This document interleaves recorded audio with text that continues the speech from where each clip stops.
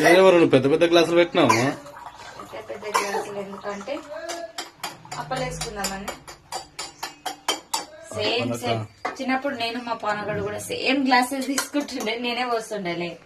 Same glasses లలో correct గా వస్తుండే, కొంచెం కూడా ఎక్కువ అయిపోతుండే.